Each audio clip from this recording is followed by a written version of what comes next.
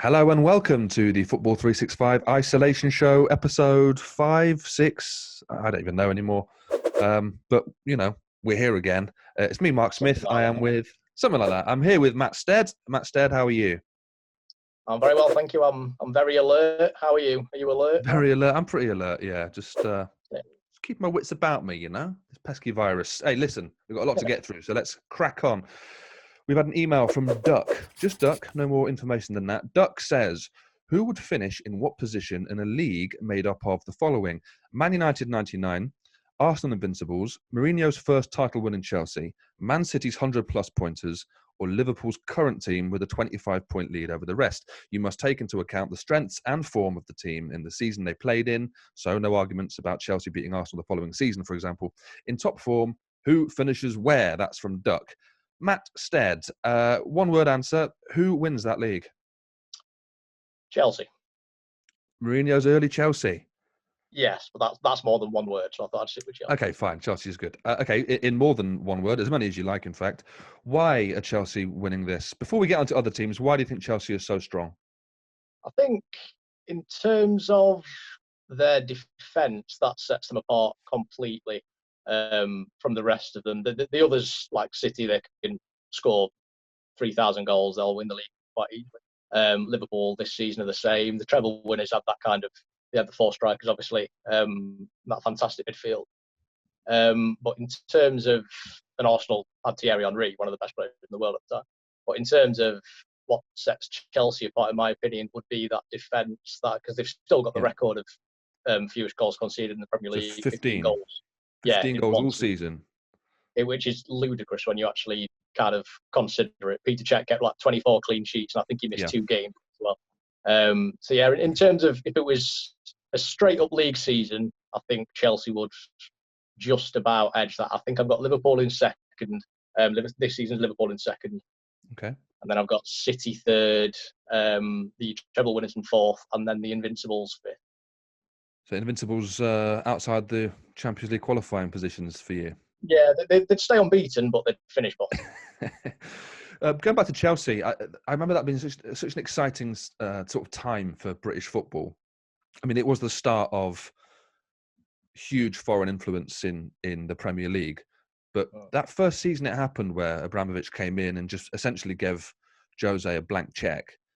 And every day you'd wake up to more incredible news. I'm not a Chelsea fan by any stretch, but it was still so exciting to be like, oh, they've signed Damien Duff, and oh, they've signed Carvalho, and oh, they've signed this player, that player. And it happened every day. And also a golden age when we used to get 2 or 3 players unveiled at once. We don't really see that much anymore.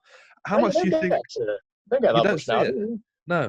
How much of that first season, obviously you mentioned the defence already, but how much is down to the personality and essentially the cult of Jose? I think it's a hell of a lot, isn't it? Yeah, because even like when you consider the league at that time, it was just after the Invincibles had completely dominated everyone. United were kind of in transition. Liverpool were just emerging under Benitez. But yeah, it was kind of that kind of time where the managers, because we had Ferguson, we had Wenger, but aside from that, you didn't really get a lot of the mind games, the kind of the tactics from the managers in press conference and stuff like that. And Mourinho, when he came in, that was pretty much a lot of his kind of game. That was like the pre-game for the weekend. He'd get a couple of points scored there, and then usually they'd win the game. Then after that, they'd get another one in there. So yeah, I think in terms of Mourinho, in terms of his kind of the siege mentality that he builds, because you always, when you listen to John Terry talk, when you listen to Frank Lampard talk about those times, in those years, that was that kind of attitude that he fostered, that mentality. That I think that does set them apart, personally. I think very, very Ferguson-like the way he was bringing in players. He seemed to really scout the mentality of players before anything else. And he was someone who, bear in mind... Sorry, go on. Yeah, I was just going to say, you see that a lot with Jurgen Klopp now, because that's kind of a lot of what Liverpool, they kind of look into, not necessarily how well they'll fit into the starting lineup, but they'll look at how they fit into the dressing room, how their character is going to mould with everyone else. And I think, you're probably right with that in terms of Mourinho, who brought in like Drogba and players like that, Cech. And those players were there for close to a decade altogether, and that's where Chelsea's trophies came in. Really. Absolutely, yeah. He had some flops, didn't he? But I mean, there's no manager in the world who, given a long enough time, won't sign players that don't quite make the grade. That's fine. I mean, I think Mattia Kesman was one of them who I think a lot of people had high hopes for. It's not always going to work out, but I think he had a great hit rate, really, with the players he did sign. We've mentioned Arsenal. The reason I agree with you that I think they probably finish probably last in this group. I know we'll get a lot of abuse off Arsenal fans for that. Yes, it's an unbelievable achievement. Finishing unbeaten all season in the league is phenomenal. But I would argue that that's not when you start the season, I imagine, as a player or as a coach at a club, your ultimate goal isn't to finish unbeaten, it's to win as many of the trophies that are available as possible. And while they were superb in the league, they did draw 12 games. It's not like they absolutely ran away with it points-wise. I think they won by 11 points. They're still comfortable. But if you're not fighting on all cylinders, and if you're not firing on all cylinders in all competitions, then I don't know if it's as impressive. I don't know. I'm going to get a lot of shit for this. I understand that. It's weird to say, isn't it? Because obviously, not losing a single league game for like 9 months or however long it is, ridiculous. It's a stupid achievement, and obviously no one has ever done it before. Preston did it back in the 1800s or whatever. But that was like a 22-game season. This doesn't count. No, exactly. Yeah, they were rubbish anyway. But yeah, you look at Arsenal, like you say, in terms of the cup competitions, they got knocked out by, I think it was United in the semi-finals. Yep. The FA Cup. They lost to Borough twice. Yeah, lost to Borough twice in the League Cup, and then they lost to Chelsea in the Champions League. And you kind of look at it and you think maybe if they'd have lost to, say, Real Madrid, Barcelona, Juventus, you kind of look at that maybe not so much with as much scrutiny, but losing to an English team in the Champions League does kind of. If you're supposed to be that dominant one, yeah. Yeah. I mean, I would even say that I don't think it's the best Arsenal side. I think the Arsenal side from a couple of years before was better. The Overmars and Emmanuel Petit, I love that. I love that side. I think that side probably beats the Invincibles. I think you're probably right, yeah, because I'm sure Gary Neville said similar before, and I'm sure Lee Dixon said similar before. So I don't know if it's an England international right back thing. But yeah, there's definitely something in that, because it was a similar thing in terms of that. I think they conceded 17 goals or something like that. Are you on about the 97-98 season, the double one? Yeah, I think I am. Yeah, so it's quite a few years before, isn't it? Yeah, it all blends together in my mind. Exactly. Yeah, but they're all the same. It's all the same thing. Exactly. Let's move on to. I mean, you're a Liverpool fan, so I have a feeling you'll have some good things to say about this current Liverpool side. You've got them finishing second, haven't you? I think you can make an argument for them winning the whole thing. I mean, they're 25 points clear, Matt. This is ridiculous. This is genuinely, the word unprecedented has been used a lot during this lockdown. But Liverpool being 25 points clear, that is genuinely unprecedented. Talk me through just how good they've been, and actually, why haven't they finished top of your league? Is it purely down to their centre backs? Difficult to say, really. I think the whole fact that they've not actually won the Premier League yet, they will do, but the fact that they haven't won the title yet does kind of take something back from that. It's the same thing with the Invincibles as well, getting knocked out last 16 of the Champions League. It puts a bit of a black mark against your record, I think, to not go deep enough in that kind of cup competition. Obviously, they sacked the FA and League Cups off anyway, to kind of focus on the Premier League and Champions League. But yeah, I think the one thing that kind of sets Chelsea apart in terms of that would be their defence, and even then, you say that Liverpool have got arguably one of the best ever centre backs we've seen. Exactly. In Dejan Lovren. So yeah, you kind of absolutely. Well, what I would say is that Liverpool, I think, are right. They're right there. I'm not sure if they're top of this hypothetical table or what, but when I look at their midfield, individually as players, I don't think any of them are getting into any of these other sides. But as a unit, they seem to work. Klopp has them so well drilled that even if someone's out, another one slots in, it's not an issue. Yes, obviously they're quality footballers.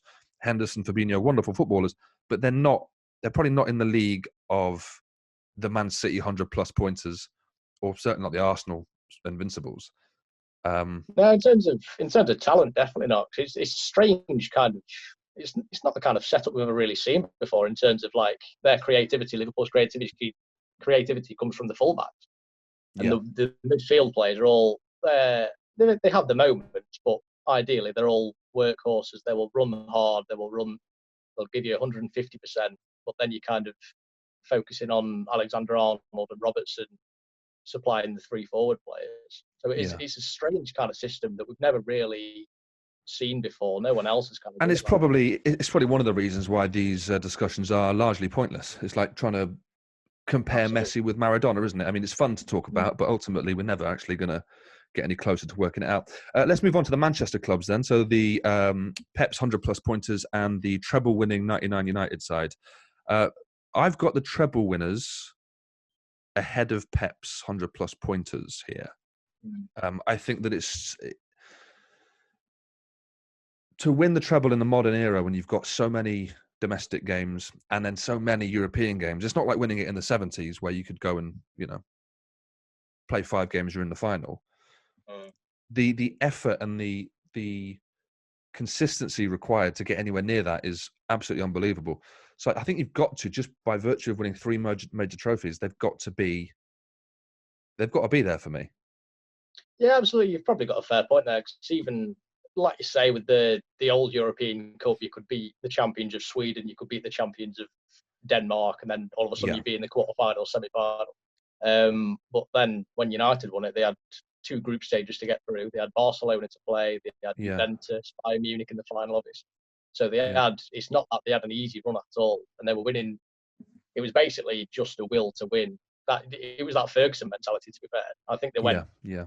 I don't think they lost a game from like December onwards until the end of the season, which again, it's a stupid achievement when you're balancing 3 different competitions all at the same time. So I think you're probably right with that. I think that it's difficult to kind of rank the City team for me because it was such a unique achievement at the time, but then a couple of years later, you're kind of watching Liverpool do the same thing, if not even better. Right. Yeah, Liverpool have kind of, they're still in a situation where if the season does restart, Liverpool will likely finish on more points than 100.